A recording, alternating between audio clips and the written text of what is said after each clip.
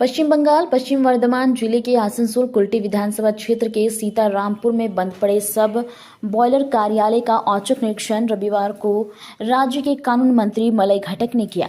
इस अवसर पर आसनसोल नगर निगम के मेयर परिषद सदस्य गुरुदास चटर्जी और इंद्रानी मिश्रा के साथ बोरो चेयरमैन रविलाल टुड्डू, पार्षद सुशांत मंडल, कुल्टी ब्लॉक तृणमूल कांग्रेस 2 के अध्यक्ष कंचन रॉय सहित कई अन्य लोग मौजूद थे। इस संबंध में मंत्री ने बताया कि यह बॉयलर कार्यालय काफी समय से बंद पड़ा था और यहां ईएसआई अस्पताल के डिस्पेंसरी बनाया जाएगा, जिससे इलाके के लोगों को ही नहीं बल्कि आसपास के लोगों को भी स्वास्थ्य संबंधित काफी सुविधा मिलेगी।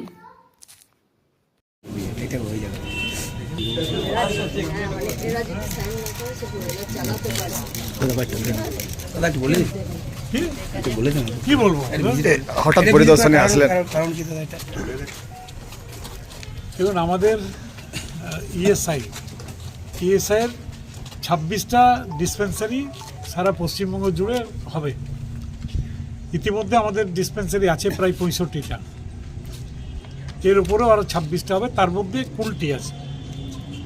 সেই কুলটিতে আমাদের এখানে বয়লার ডিপার্টমেন্টের প্রপার্টি আছে। আজকে আমরা সেই প্রপার্টিটা দেখতে এসেছি, কারণ এই বয়লার ডিপার্টমেন্টটা ইতিমধ্যে আসানসোলে শিফট হয়ে গেছে। এখানে ইএসআই ডিসপেন্সারিটা খোলা যায় কিনা আমরা দেখলাম। এখানে যা প্রপার্টি আছে এখানে খুব ভালোভাবে ইএসআইয়ের ডিসপেন্সারি চালানো যেতে পারে। আমাদের জেলায় এটা ছাড়া কোথায় আর জাবড়িয়া হচ্ছে, পানাগড় হচ্ছে, আমাদের জেলায় 3টে।